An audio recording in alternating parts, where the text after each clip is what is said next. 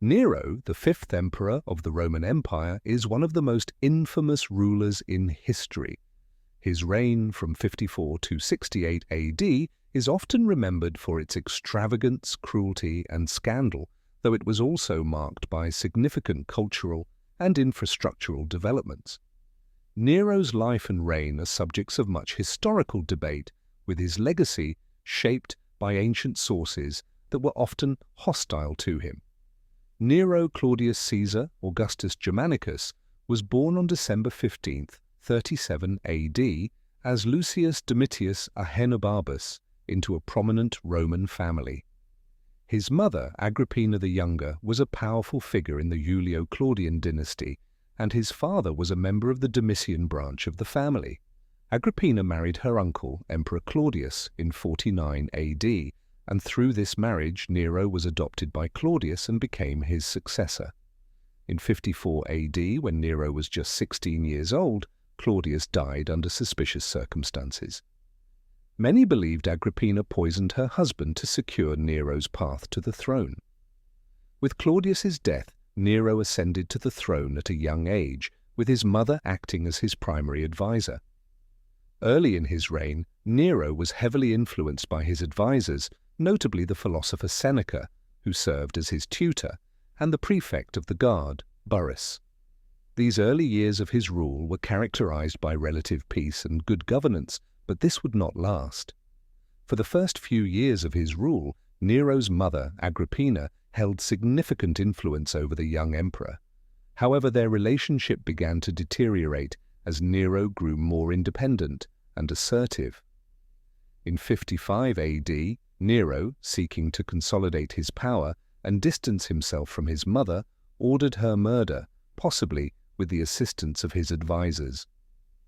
Agrippina's death marked a turning point in Nero's reign, as it freed him from maternal control, but also set the tone for his later brutal and erratic behavior. During his early years as emperor, Nero also enjoyed a generally positive relationship with the Senate, which respected his governance and gave him the title princeps.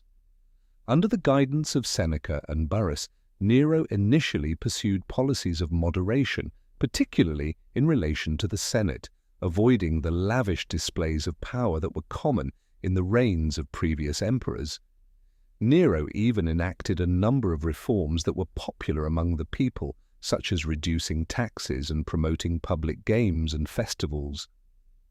One of the most defining events of Nero's reign was the Great Fire of Rome in 64 AD. The fire destroyed large portions of the city, and in its aftermath, rumors spread that Nero himself had ordered the fire to clear space for his ambitious building projects, including a grand palace known as the Domus Aurea. While the accuracy of these rumors remains uncertain, they greatly tarnished Nero's public image. In an attempt to deflect blame, Nero blamed the fire on the Christians, leading to the first major persecution of Christians within the empire. The horrific treatment of Christians during this period, including martyrdoms such as those of Peter and Paul, became a dark chapter in Roman history. Following the fire, Nero undertook a massive reconstruction of the city, including the creation of new, more spacious neighborhoods and the construction of his extravagant palace, the Domus Aurea. This project was heavily criticized for its opulence, especially during a time of great public suffering after the fire.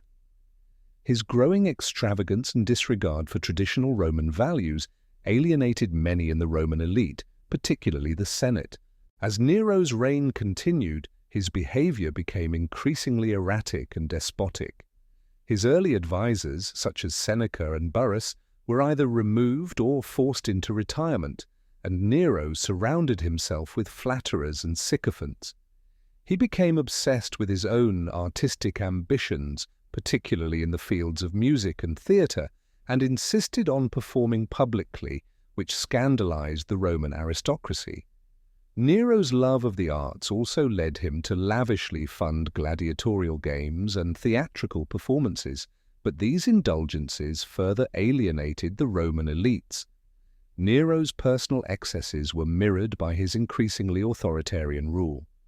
he began to execute perceived rivals, including his wife Octavia, whom he divorced and later had executed, and his former friend and advisor Seneca, who was forced to commit suicide after being accused of conspiracy. Nero also carried out a series of purges within the Senate and the imperial court, removing those he suspected of disloyalty. Despite his earlier popularity, Nero's behavior led to growing unrest within the empire. Several provinces revolted during the later years of his reign, most notably the Jewish revolt in Judea, which had been simmering for years and erupted in full-scale rebellion in 66 AD. Meanwhile, in the West, discontent with Nero's rule was mounting, culminating in the revolt of the governor of Hispania Galba in 68 AD. By 68 AD, Nero's position had become untenable. The Senate, having grown disillusioned with him, declared him a public enemy. Revolts broke out across the empire, and his once loyal troops deserted him. Facing certain defeat, Nero fled Rome and took refuge in a villa outside the city. On June 9, 68 AD, as the walls of his world closed in, Nero took his own life, reportedly with the help of a freedman. He was 30 years old. His death marked the end of the Julio-Claudian dynasty, as no direct heir was left to claim the throne. Following his death, the Roman Empire entered a period of civil war known as the Year of the Four Emperors, as various factions vied for power. Nero's death was followed by a wave of relief among many in Rome and throughout the empire. He was remembered as a tyrant and a mad emperor, responsible for numerous atrocities, including the persecution of Christians, the execution of his family members, and the extravagant misuse of public resources. Ancient historians like Tacitus, Suetonius, and Dio Cassius painted a largely negative picture of Nero, contributing to his lasting reputation as one of Rome's worst emperors. However, modern historians have reassessed Nero's reign more critically, noting that some of his policies and initiatives may have been more beneficial than traditionally believed. His efforts to rebuild Rome after the fire, his attention to public entertainment, and his public works projects like the rebuilding of the city and the creation of the Domus Aurea may have contributed to the city's transformation. Still, these accomplishments were overshadowed by his despotic behavior, extravagance, and failure to secure a stable succession, which ultimately led to the downfall of the Julio-Claudian dynasty. In the end, Nero's legacy is defined by his tyranny, artistic ambitions, and the chaotic collapse of his rule. His reign serves as a cautionary tale about the dangers of absolute power and the fragility of imperial authority.